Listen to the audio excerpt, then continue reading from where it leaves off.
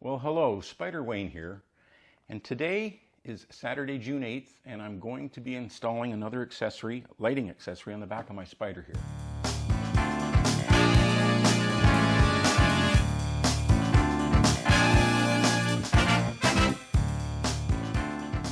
Okay, first things first, full disclosure. I purchased this kit from Slingmods. The kit's made by Showchrome. I am not affiliated with Slingmods or Showchrome, or actually anybody. I have no affiliations whatsoever. Bought this with my own money.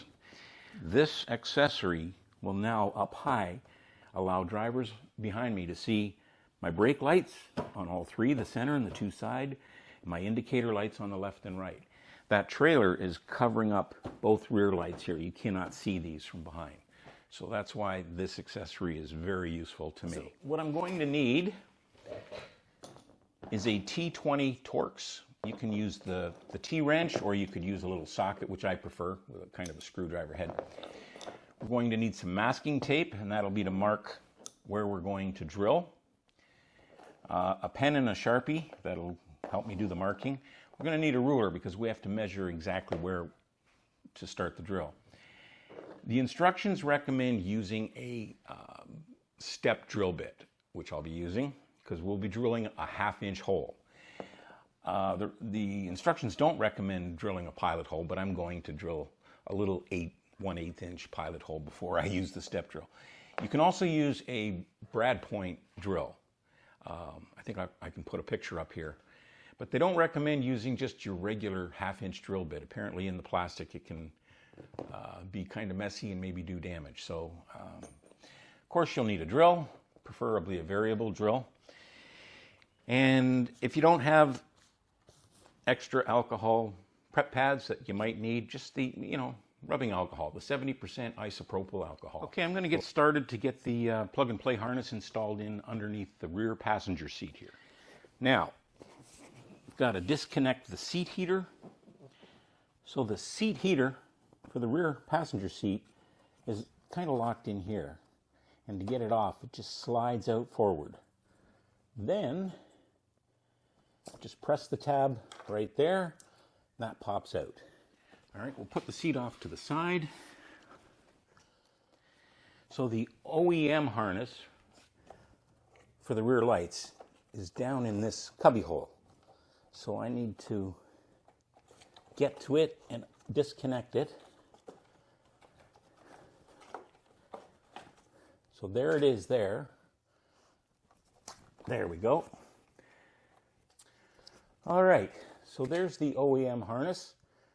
Got the male and the female. So this plug and play harness will only go in one way. That's the male. So the top, that's the female. Plug this side in till it clicks. There we go. And the top,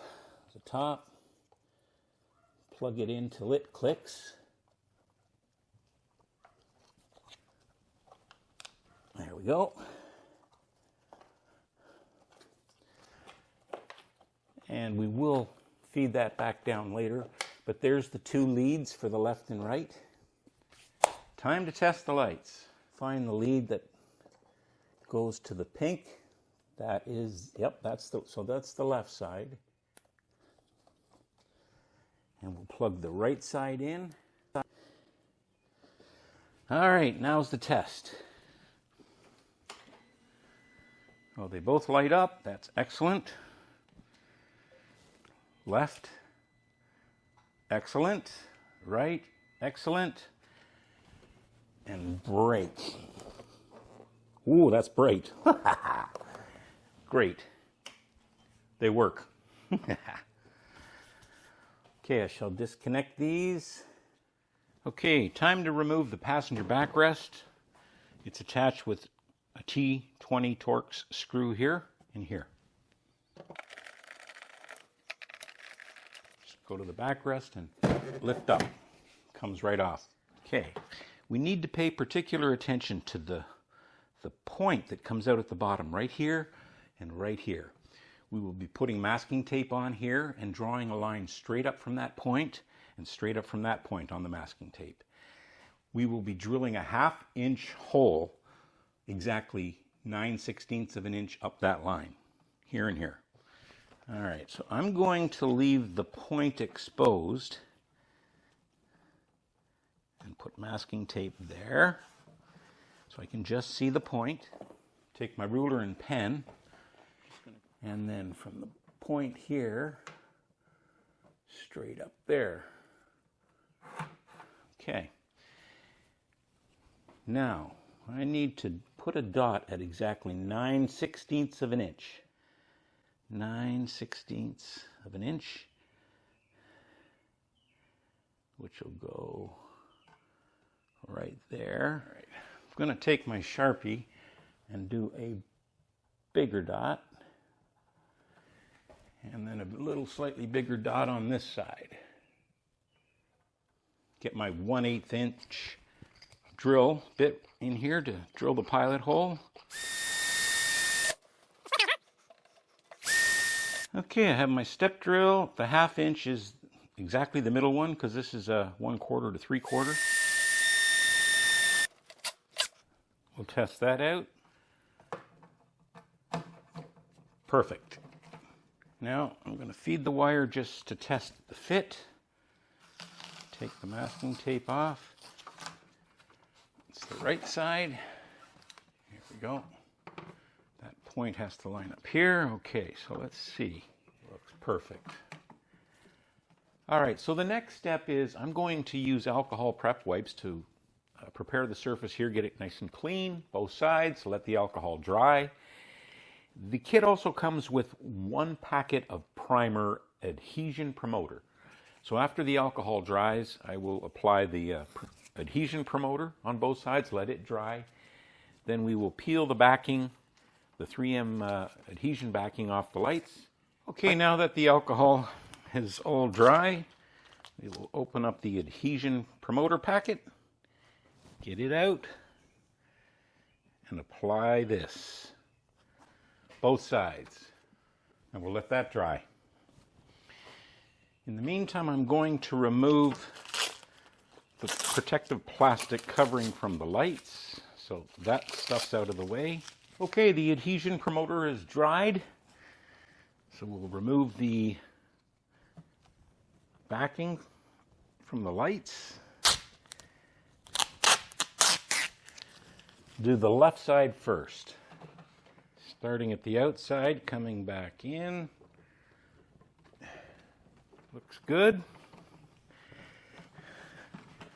Pressing firmly all the way around. We'll just clean that area, clean this area, and we'll clean this area.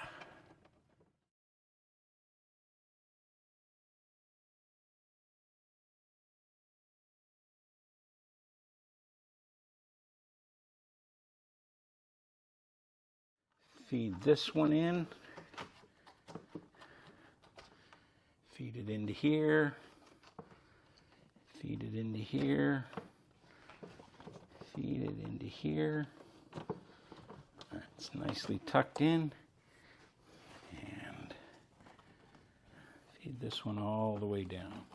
Okay, so what we're doing here, we're going to put a cable holder on the outside of this box that goes just below the lid hinge pin. We'll put one on the outside of this box. Then we're going to come kind of to the middle.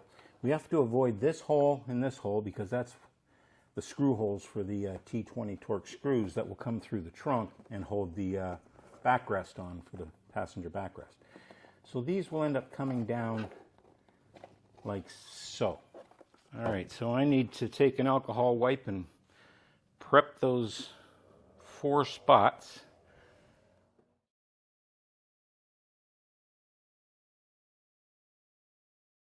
Feed each one of these down this hole right here.